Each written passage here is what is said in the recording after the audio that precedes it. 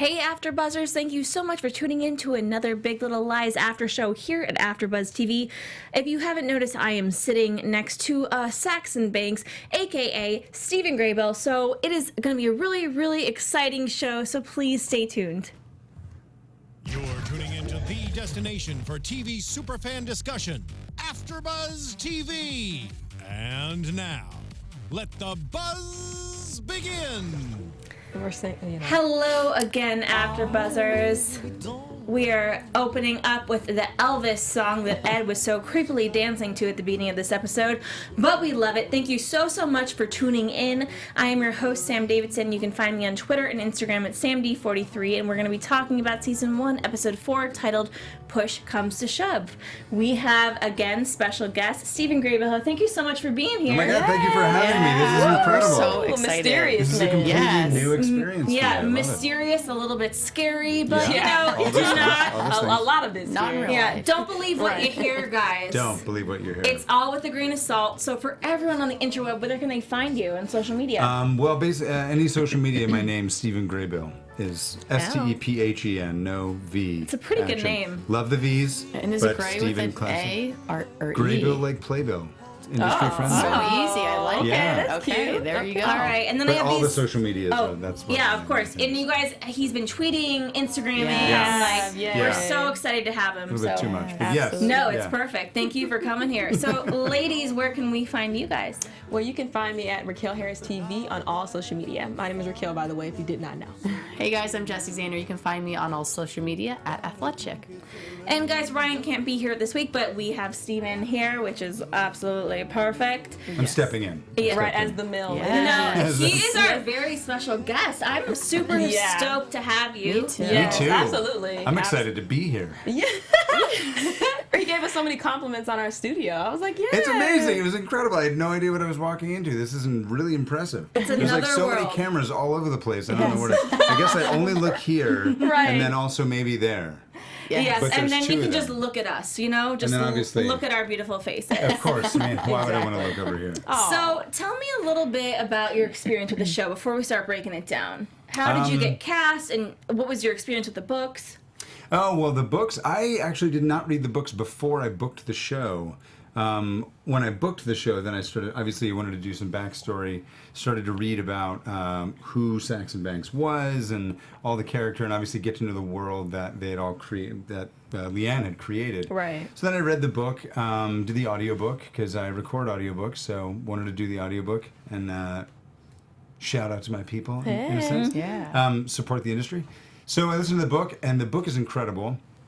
But I didn't realize I would like the book as much as I did, and I thought it was really, really great. But in the book, Saxon Banks is not really, if you've read the book, you know that Saxon Banks is not really he's talked of, and he's like an element, an idea Right. of a person. He's not, you never meet him. Right. So in the series, which was kind of confusing and exciting in a way, because as an actor you get like a little bit of creative choice, but I had never worked with any of the people on the set, like Shailene, who I did work with, and Jean-Marc and everybody who wrote it and whatnot, and David E. Kelley, obviously.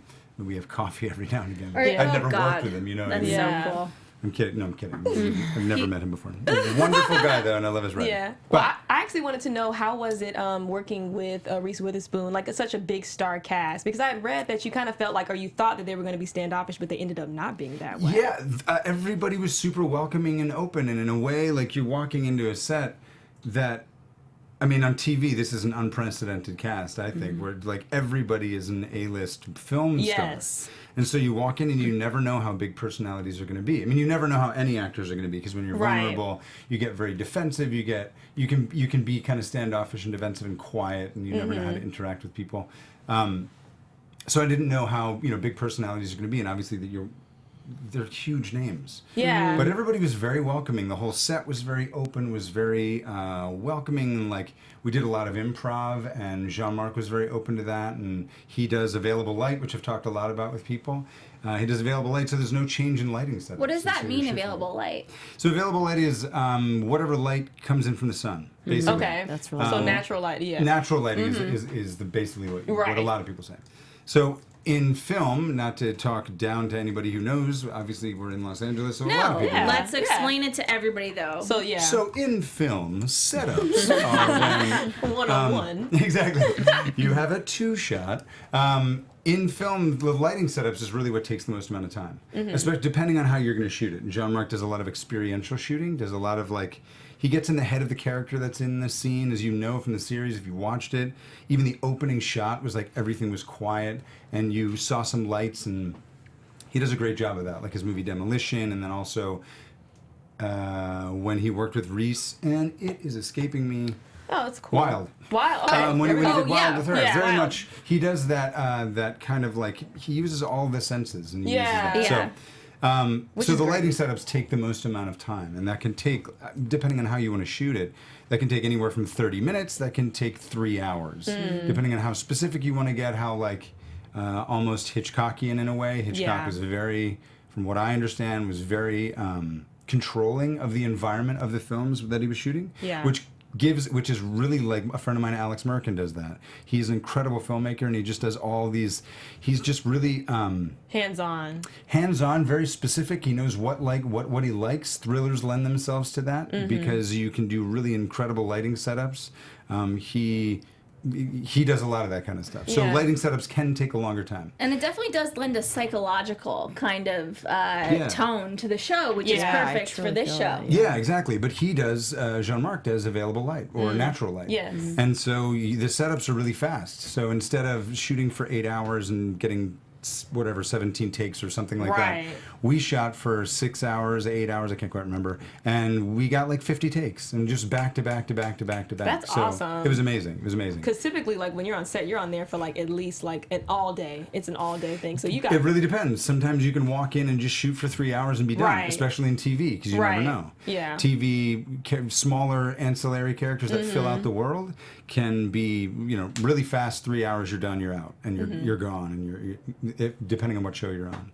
But he really loves to flesh out the world. I'm sure, obviously, it was a very important character to the storyline, and a character that you and I talked about that is not in the book, so you don't meet them, so it's a very precious moment and all this kinds of stuff. So he wanted to it was very important. Yeah, highlight it. Yeah, absolutely. Thank you. Well, let's get into talking about tonight's episode. I'm going to start, like I usually do, breaking it down by character. So we have Madeline, who is going through this crappy thing with her daughter, Abby, and she's leaving, and I just want to talk about Ed.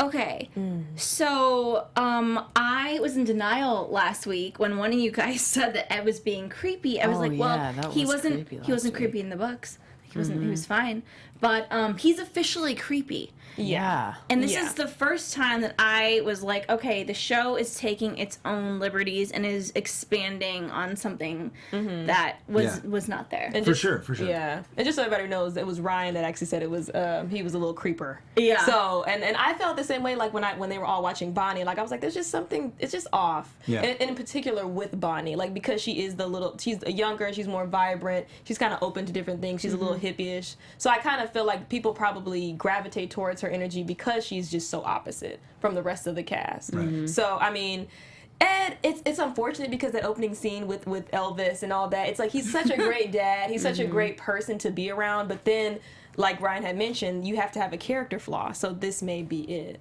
So I'm interested to see more, but it sucks because I was so team Ed. Yeah, it was weird with Bonnie and the thing that he said to her, something about women sweating, and then he checked out that girl when she was leaving. Yeah. I was like, no, that Ed, ass I like checkout. you. When he checked out that girl's ass, that's when I was like, it's finished. Do you think this is a you man do no thing? wrong. It's, you can't look at other girls. But is that a man thing though? No, okay, Stephen, is it a man? But come on, okay. Yeah, if you're I'll be the man's voice Yes. here, perhaps unfairly, but that's my question.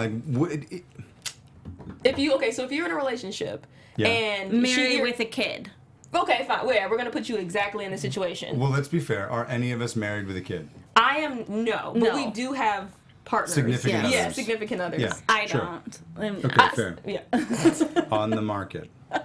There Just we go. throwing it out there. So you're married with a kid, and you go and you talk to the person that you're not, well, you to go and talk to Bonnie. We'll just Sure, put you yeah. in the situation. Yeah. And is Zoe it okay? Kravitz. I mean, yeah, duh. yeah, right. So is it okay, or we can even just take it all the way out. If you're married with a kid, is it okay to look at women at all? Of course it is. Yeah. Like Well- in a sexual way. I'm going to be sensitive to the way I answer this because if we're painting the picture that we just saw in the episode, Right. I think there's a lot of story elements that I wanted to talk about, and I'm happy to answer that question. The story elements, I think everybody needs to be creepy in this series because you don't know who the killer is. And you know someone died, and that's the And name you of the also first don't know who episode. died. Right. So you don't know who. They have to keep the illusions alive, so to speak. Very true.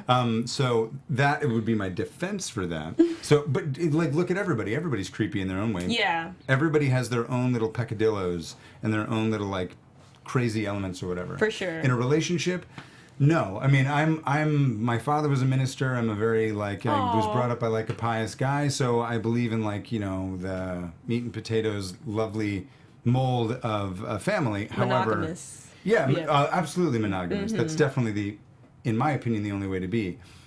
But I don't know. As you grow older, everybody, we're human. Yeah, you know absolutely. what I mean? That's what, and I'm Absolutely. sensitive to that because there's a lot of people that just don't believe that. Right. But I think that people are human, and what I love about the show is that it's showing the human elements of people Yeah, when it you're really in a is. monogamous relationship and things. You guys have significant others, and have you ever had a difficulty in the relationship? Obviously, this is not the like dating show, so we don't need to talk about your Right. specific Hey, problems. Sam throws questions at us all the time that are like personal. So I mean, and then like you asked us like who's single and who's not single on the panel. So no, go right in. But there. then the question is when you guys have a fight, because obviously put us in that scenario. Tell me if I'm getting off topic. Nope. Put us in that scenario. They're in the middle of a fight. Ed doesn't know what's going on, but he knows something's going on with his wife, and he's not sure. And there's like some emotional distance that he's feeling. If anybody's been in a relationship, you know that feeling. It feels weird. It feels awkward. And you ask the person, "Hey, what's going on?" And they're like, "No, nothing's fine. Nothing's going Yeah, on." it's when you put on an Elvis suit, and start singing. Yeah, the Elvis Right. thing was What- weird. but Actually, then the there are Elvis thing times was that weirder would- than the rest of it. But Really? I wouldn't thought there it was be so time? funny. Yeah, funny and adorable, right? Yeah. Wouldn't that be funny and adorable? If my husband, like, No. because okay, Madeline's dealing with the fact that her oldest child is leaving the house, and he's trying to, at least that's how I took it. Like he's trying to cheer her up, like he's Yeah, trying to make her that's how I saw happy. it. Yeah, so I mean, Definitely shot in a weird way. I will not. I will not deny that. for And- sure. Like brings out the creep a little bit for sure. Yeah, but I mean, I guess I felt like, oh, like he's trying. Like he's Yeah. not trying to. I mean, yes, he's weird, but I mean, he's also not straying too far from what a man would do when it comes to women. No offense to men, but the typical man. Unpack that. What do you mean? In the sense of everyone's sexually attracted to people. Everyone, like, if you see a beautiful girl, regardless if you're straight, gay, whatever, you know someone who's attractive. Sure. And you may look at them for a long period of time or longer than you should, whether or not you were in a relationship. Yeah. So I feel like, I won't even say just men. I think just as humans, we're sexual beings and we do that. And whether or not we want to, like, go after For them sure, or for sure. pursue them, but we do that. So I guess to me, when I saw that moment with Ed, it was weird because it's so different from Ed's character and what we've seen Yes. of Ed. And also, Yes. yeah. And he also did two things. Because he said, "You look great with sweat on your body." And he was like, "Well, that was Yes. weird." Yeah. And then he Yeah. left and looked at a girl. Yes. So they're starting to paint a much darker picture. Exactly. What were Right. you going to say? What weirded you out about Sam?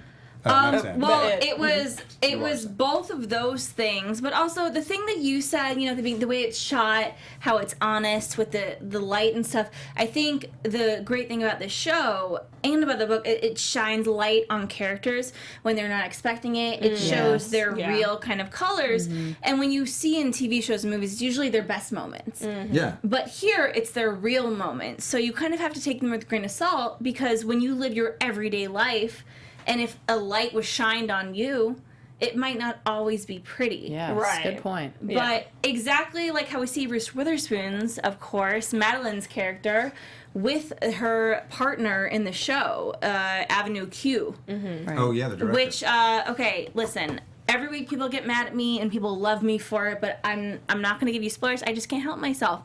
This was not in the book. The Avenue Q was in the book, but the relationship between I the two. thought that. I was like, I don't remember that being in the book. They added it. So, and I'm not, like, I think it's awesome. I love that they're adding layers to the show. And that is one of them, Yeah. which is really cool because Madeline is imperfect and it seems as though she has had a relationship with this man prior to when he kissed her too. Right, which we kind Yeah, of and they kind of let that go at the end of the episode though too. Yeah, I mean, we're just going to talk all about Madeline now, so we can talk about it. Did you guys kind of feel that like coming on though? Because like in one of the earlier episodes, I was like, I wonder if they have like a thing. It was a vibe. It wasn't like shocking. No, Well, I mean, the first time you I see agree. him, he's like walking out. He's at Blue Blues. Yeah. And you see this like one shot, and like everybody's like, "Who is that guy? Who is that Yeah, guy? Oh my god, yeah. he's so sexy." Yeah. But like you see him for 5 seconds, Yeah. and then Yeah. he backs out, and then you don't see him for like 3 episodes or something. Like that. Yeah. Sorry, I don't know if I'm close enough to the mic for you No, guys to hear. we hear you. I actually really love your commentary, Stephen. It's so amazing to kind of hear, Your perspective. your Yeah. Oh, thank you. perspective and Yeah. all that. But with that being said, with the Madeline and her director, which I don't remember his name because he wasn't that important in the beginning, and now he is. But it's also the Bonnie and Nathan of it all, which is a very interesting dynamic. Nathan, He's finally turning into the asshole that you said he was. Like, I he's hate him. really. And they Yeah. didn't even the thing is, in the book, I know every time I say it, people are gonna punch me in the face on the internet, Well, thankfully they're not here. They can't but they do in the on comments. the internet. though. Virtually punch her in the But face. Isn't the but- rule of YouTube is you don't read the comments? Isn't that right? Yeah, we well, like to you know, chat about the show. I know, I Jesse, can't you're good at it though. You're freaking very help good at it. myself. talking to people. Okay. But in the book, they talked about him being a dick. It was talked about in the past how he left Madeline and Abigail, but it wasn't. It wasn't actually present. He was nicer. Okay. And now he's drinking beer all the time, which is, I think, a symbolism of him kind of just being, I don't know, not caring or not there. I drink beer. I love beer. Everybody loves beer. But it has nothing to do with beer. But the fact that he keeps on drinking beer is something. I think he's still bitter. I think he's very, very bitter. Like, I feel like him. He probably drinks IPAs. I love IPAs so much. I have no idea. IPAs are really bitter. Anyway, it's a joke. Oh, Yeah. Sorry. She's like, I have no Levels idea. I of know. punditry. I was like, Horrible at puns. I don't I'm drink horrible beer. at puns. No, My yeah. friend Brett does them incredibly well, and I try and I fail every time. That's continue. no. Teach me. I'm getting filled in. I with a should lot not teach you about puns. I will teach you the layers of Anyway, continue No, your that's thought. no. I mean, I don't even know what. What Well, we were gonna okay. say. Yeah. Go Yeah, back. I derailed all of that. So we were talking What were about you Nathan. saying, Sam? Nathan. Nate, you're right. Yeah. Right. He's Oh, and how he's almost drinking as beer bad all the as time. Ed. Yes. And I just feel like What? No, he's not. No. Ed is not nearly as bad as Nathan. Like, I Nathan have a feeling. No. I think we are reading in too far into this. I think it's similar to what you were saying earlier. Like, the show has to kind of I feel like throw twists here and there so you don't know what's going to happen at the end. I believe that Ed is good, but Nathan is. Nathan didn't bother me as much as he does now. Yeah. For some reason today, he just is bothering me. And did you guys ever watch Revenge? I think I've asked you that now. So, the guy that plays Nathan was on Revenge, and he was this guy that's supposed to be dead forever, and then showed up. Oh my gosh. Oh yeah, he was in Season another 3? show. I'm remembering. Continue. Yeah, and it's just hilarious. And I love seeing him here, but he is just full of shit. And I can say that because this is an HBO show. Yeah. Yeah. I think But I can that say was that Revenge anyway. was Yes, you different. can. Right. I was like, I think so. I'm Well, like, here's shit. my question. So the book, in the book, you learn about Nathan being a dick, and right? I could say that. Yeah, Yeah, you you can say can that. say Shit. And There it is. We're YouTube. We're on YouTube. It's like cable. So you learn about the difference. I guess the question is what are the significant differences between reading a book and watching a TV series? And I think this is where I'm trying to go with it is the difficulty that series have replicating books on screen. And so you see Nathan as try and follow me and interrupt me and ask questions, please, because my train of thought might not piece it all together. You see Nathan being a dick in the show, but you have to see him that way because that's the only way you can see him. right. Like my character, for example, that's the only way you're going to see Nathan. But in the book, you can have a whole chapter talking about him, and you're just having That's a good ideas about point. him. Yeah. Right? Yeah, because they're So- not just going to come out and say like, "Oh, backstory, He's a- Right, he's an right. asshole." Well, more so, you don't have you as an audience member don't Yeah. have an an emotional experience with that character. Right. If Madeline was Exactly. like, "Oh my God, he was such a dick. He's such a dick. Everything about him, I hate him." You're hearing Madeline's perspective of it. Exactly. That's a You, good point. audience member, need to have an experience with this character and get to know him. So they have to show that side of him. And I would guess, and I've only read 2 episodes of this whole series. I'm watching it like everybody else. Which is awesome. It's though. kind of amazing and sort Yeah. of like, whoa, what's going to Yeah. happen? Yeah, I'm in yeah. this one. I don't know what's happening. Right. But it's exciting. But in books, you can, like my character in the book has a whole chapter, but you never meet him. And there's no way you can talk about the character and then not, like, talk about the character in the show and have and the audience have an emotional experience with Yeah. the character, therefore just- feel loss, anger, frustration, everything that happens on the show. You're right. I have so many questions that I'm going to ask you off air. By the Why way, are we're here right now? no, we're not. I can't ask you here. I can't ask you here because people will murder me. Anyways, let's talk about Celeste. Speaking of, Who are you? The people that watch this show. I know. Jeez, leave us Wow, alone. you're already okay. Let's Yeah. move on. I like All right. that there's an after show. Yeah. There's an AfterBuzz 2. yes. Okay, Celeste. We see the love her and Perry share this episode, but also the controlling, crazy anger that, again, we see him with. Yeah. I do not feel like it's love. I definitely feel like this is Lust? lust. Oh yeah. Because It's like a sex thing. yeah, oh yeah, and she said it in the episode. She was like, "We get turned on by our anger, and that's what makes us have sex." And I just feel like, I don't know, because I just feel like everyone's bipolar in this. Like my God. everyone's so like crazy. Like even just like with Madeline and like, oh, I'm not cheating on you, but at the same time I am, and then I slap you, and it's like I just don't like everyone's emotions are just everywhere. And with Celeste, it's like, girl, do you want to be there or you don't want to be there? Like, I understand. And then, with her career, it's like, okay, focus on your career. And obviously, I just feel like there's a comfort that she's getting there. And it's not just the kids, because she talked about that as well. Like, okay, being a mom is not enough for me anymore, which is a very powerful statement. And I feel like a lot of women forget about that they are an individual and they're no longer, like, you don't have to, of course, you're attached to you being a mom and having kids, but you are still an individual. You are still your own person, and you need to have your own separate life. Otherwise, you're going to go crazy. Right. Which is what is happening, because you're staying in a extremely abusive relationship.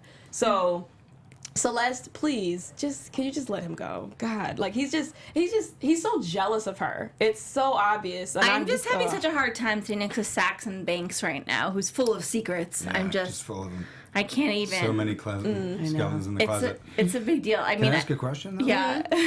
Isn't the great part of the series about how they show the gray area of relationships and love and life? Absolutely. No, absolutely. Like, that's what I love about the show. Yeah, it's very, very raw. Very, very raw to the point. And I appreciate that. But I guess as a person who's living a real life, I want you to do real life things. And I want you to do something that's better for you and to prosper, because Celeste knows, okay, I'm educated, I have my own career, I'm obviously feeling fulfilled now that I've gotten kind of back into my craft. Just do for yourself. The same way if I was Celeste's best friend, I would, like with Madeline, if Madeline knew in depth what was going on, I would expect her to be like, girl, you gotta go. The same way that they're kind of catering to Jane the same way with her. True, I totally agree. I think that, and this is a really sticky subject, Yeah. but abusive relationships and PTSD that people get from abusive relationships, something I do not know about and I can't speak confidently about, like especially to a larger audience.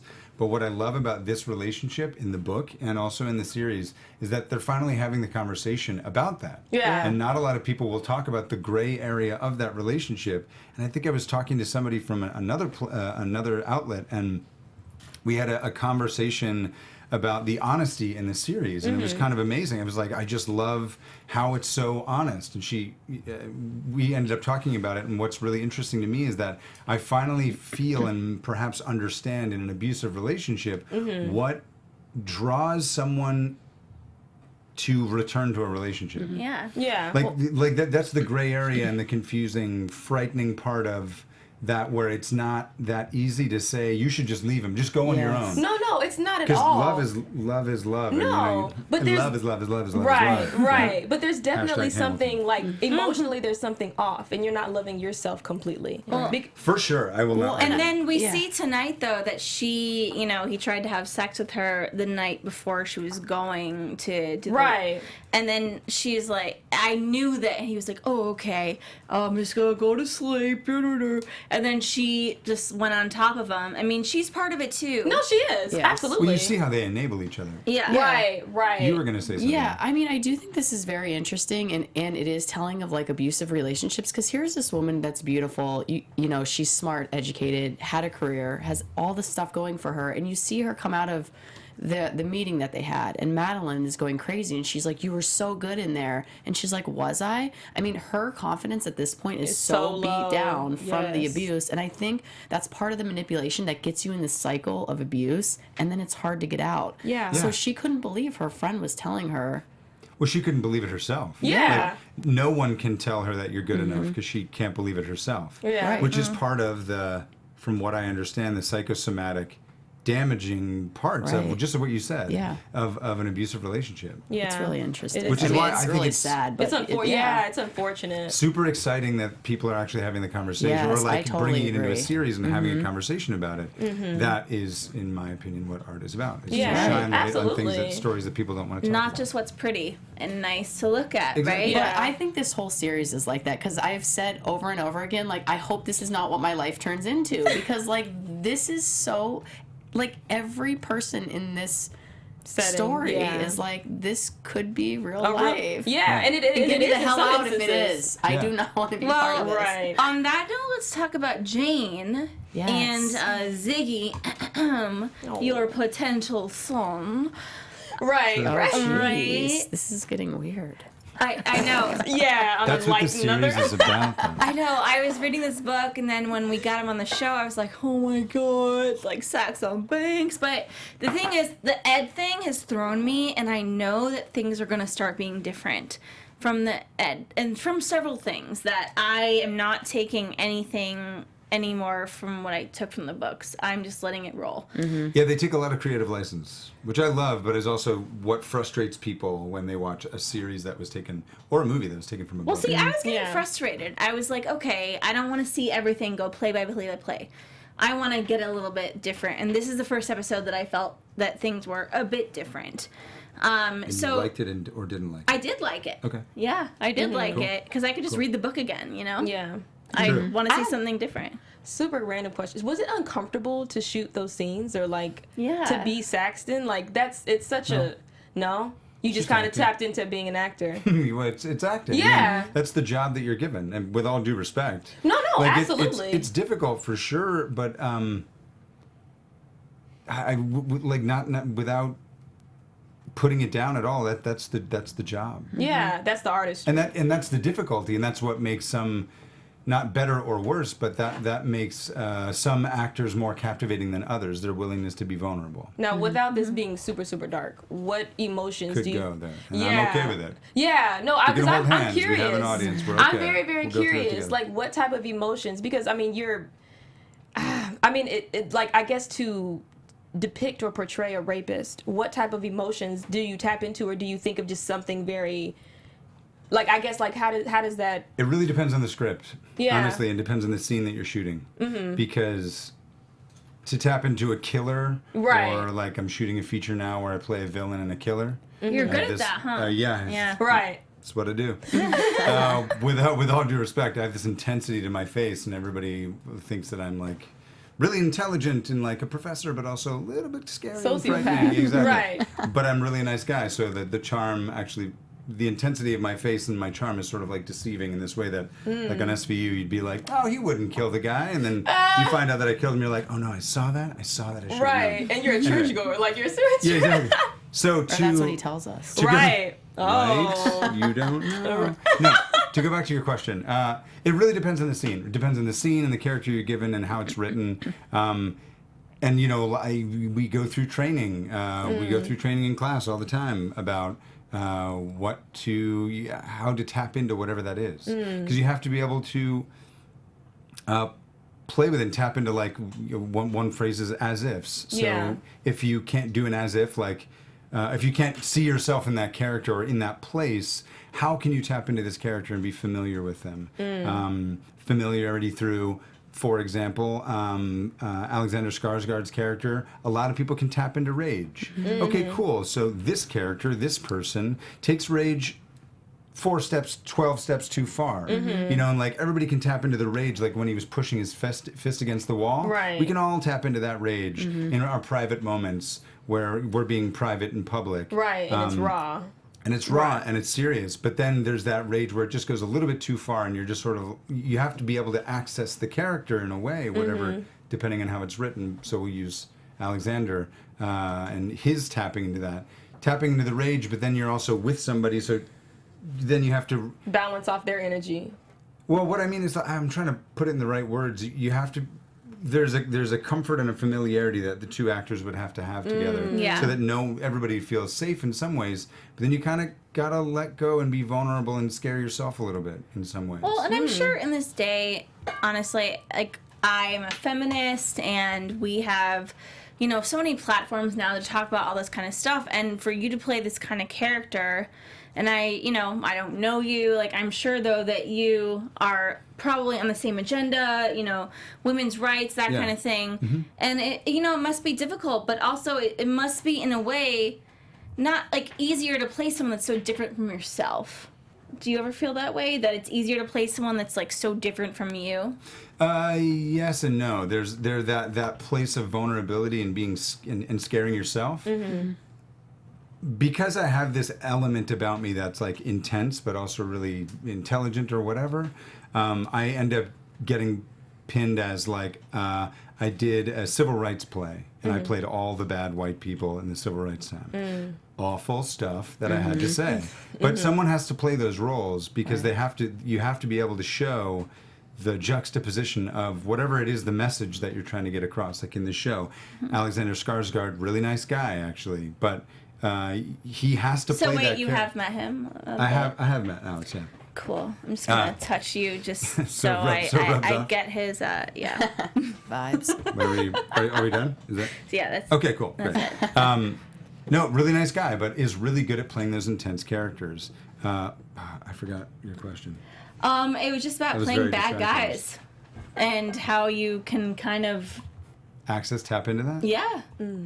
So I mean, but you seem like he's Totally a lost great track on guy. that, I've only Awesome. met him for about an hour, you guys, but Yes, he's sir. a super nice guy. Yeah. Very Thank nice you. dude. Thank you very much. That's So very kind of do to you say. have like a face that you like you have? No, I want because I It's want what to you're know looking it. at. It's what you're looking at. So honestly. it's really so it's It's just it's this thing, like I went through a growing process, and any friends of mine that are watching this will know. I went through this growing process where everybody was like, "You're super condescending," and I was like, "Wait, what? I'm condescending? I don't mean that. I don't mean it that way." But like, I would say things where I would assume people were in on it with me. Where I would say, I would make a comment about something, I'd assume people were in on it with me, but they really thought they weren't. okay. And somehow it would come across as condescending, like I'm better than them or something like that. I really didn't mean it that way. But that's just what I don't know. It's just, the face. Yeah, it's like the my face. resting bitch face. Everybody thinks Yeah. I'm like the meanest person in the world, and I'm like, no, guys, All right, I'm actually I nice. think- Yeah, I was gonna say, I But think that, everybody has, everybody has Yeah. that thing. Like when you walk in a room, the way people will assume you are. Oh, yeah. That's just what everybody has it. And that's Yeah. just, fortunately or unfortunately, what I have. And so that's just the way that I come across. Oh, you know what? It's good. It's good. Oh no, it's great. I'm capitalizing on it as Right, much right, as possible right. with all due respect. That's just what I play without trying. But there are degrees. Like Michael Kelley's a great example of him. He's in House of Cards. If we all know him, he is like I play very similar characters to him. I love what he does. And if you know Michael Kelley's career, he has a much wider breadth of experience than I do that we can like draw from for examples or anecdotes or whatever. He has a wide variety of things he can play, but still he has that element to him. Michael Fassbender's a similar one. Yeah. There's Alexander Skarsgård is another Yeah. one, where they play these intense killers, right? They could easily be cast as killers, but they're really nice people and they know how to play the elements within that. I mean, it's Yeah. all heady and very esoteric, but Well, Yeah. speaking of that, do we think Ziggy is on that level. Speaking of Ziggy and Jing, you know, we see him going to the child psychiatrist. Yeah. And it's, you know, it's messy. And this poor kid is going through so much. And we see that Annabella and, kindergarten. Amabella, that's what I said. Okay, I yeah. said Annabelle. Oh, I specifically said Amma. Okay. But In the yeah. book, they make a big thing of it. I know. Oh, I know. Continue. I couldn't ever say Annabella into her character. Yeah, no, I'm starting to believe it could have been Ziggy, and that's unfortunate because I was so no, not Ziggy, because he's just so adorable. Like his face is just so precious, and it's like how. Do you think it could look like his face? Possibly no. I was He might adorable have. as a kid. I'm just gonna say. See, we should have brought in our baby pictures, but instead, Probably have who's the them. sociopath? Right. Exactly. But That's You a never fun know. game. right. This took a turn. Right. Terrifying game. But they say you walk past 5 sociopaths a day. Oh, Jesus hell no. Christ. I hope No, to God no, that's literally not. a fact. In Los Angeles? No, 'Cause in we all just in drive. life. Well, Yeah, I mean, in life. probably more in Los Angeles. Wait, it's a day in life? in life. They say you Shit. walk past 5 That sociopaths is a day. insane. But sociopath and psychopath is different. Right. So sociopath, it could be like someone who, A functioning sociopath. yeah, or like like the I mean, because I feel police, like, okay, for instance, like, surgeons. yeah, or is my like someone. husband.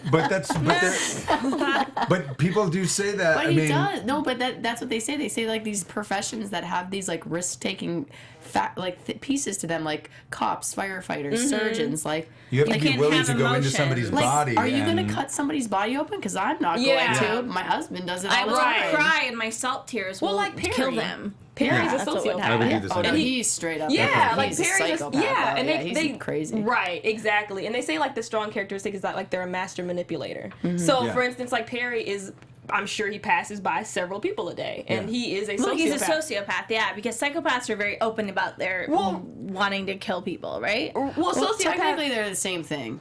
Technically. Really? Yeah, it's antisocial personality disorder, which is just like technically a psychopath and a sociopath, but not everybody who has antisocial personality disorder is a serial killer or They just want to right. stay home and watch such. Netflix. Like, But- let's leave those kids alone, you know? Yeah. They're just shy.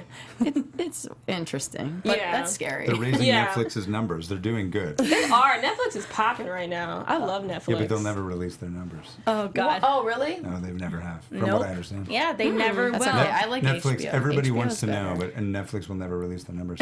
And now people are taking, I think other networks are like, that's a good idea. We're not going to do that. Oh, really? It's like Oh my Trump God. not Yeah, I think releasing so, his too. taxes. Yeah. No. Do we no. want to take it to the political level? Yeah, I was like, Taxes. no. This can get really polarized. Okay, Right, just I was like- kidding, guys. Just kidding. On that note, let's get into some predictions for next week. Let's, please.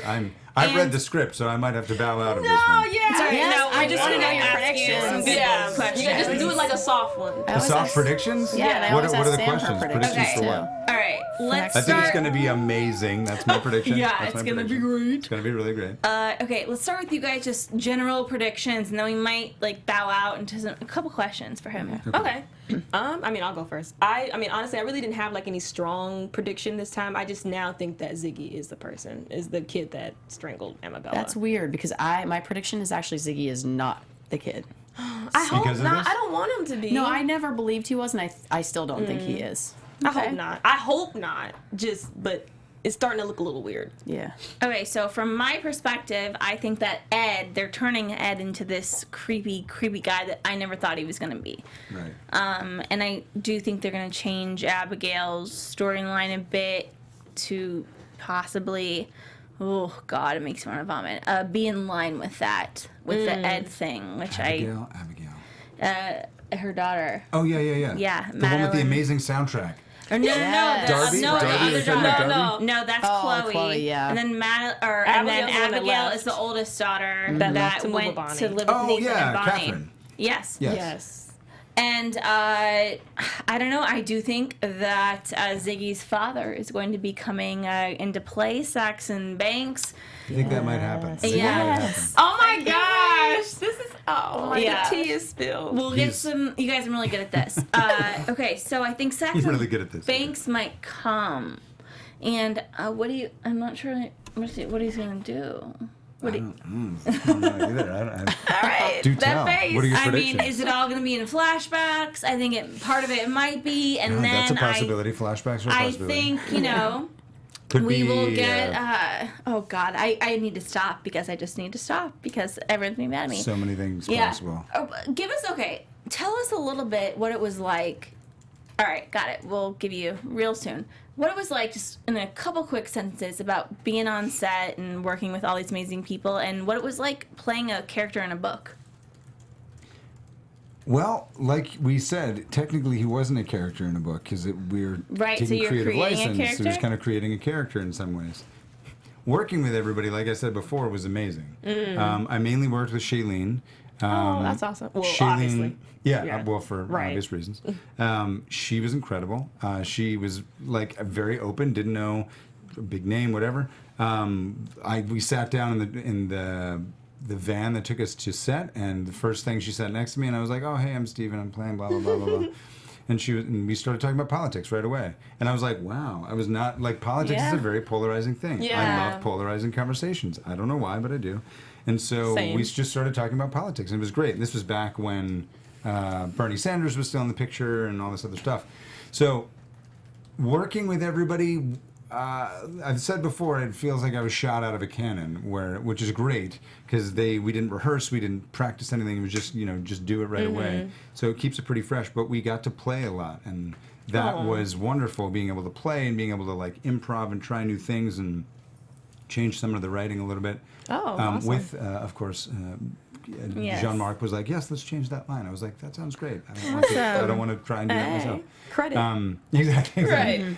Not really, but anyway, Right.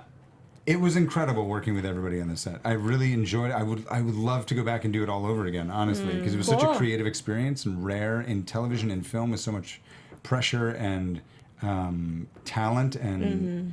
I don't know the words aren't coming to me right now, but like so much backing the show, it was still a very freeing, fun, exciting environment. Oh my God, Does that's that answer your question? Yeah, that really does. Okay. And thank you all so much for watching. Yes. On that note, where can everyone find y'all on social media? Hey guys, thanks for joining the chat tonight. I'm Jessie Zahner. You can find me all over social media at Athletic. And again, my name is Raquel Harris, and you can find me at all social media at Raquel Harris TV. I'm Stephen Graybill. You can find me at Stephen Graybill pretty much anywhere on social media. And thank you so much to Stephen Graybill for being here. Thank you guys. This Awesome, was great. dude. I had such a great Do time. not let what happens in the future episode, don't let that judge the I know, Stephen he's the man. Graybill Please dude. don't. He's Love pretty it. awesome. I'm Sam Davidson. You can find me on samdavidsonentertainment.com, Twitter and Instagram at samd43, and we will see you all next week. Thank you for joining. Bye. You guys. From executive producers Maria Menounos, We're ready to Kevin buzz you Undergaro, later. Phil Svitek, and the entire AfterBuzz TV staff, we would like to thank you for listening to the AfterBuzz TV network. To watch or listen to other after shows and post comments or questions, be sure to visit AfterBuzzTV.com. I'm Sir Richard Wentworth, and this has been a presentation of AfterBuzz TV. Buzz you later. The views expressed herein are those of the host only and do not necessarily reflect the views of AfterBuzz TV or its owners or principals.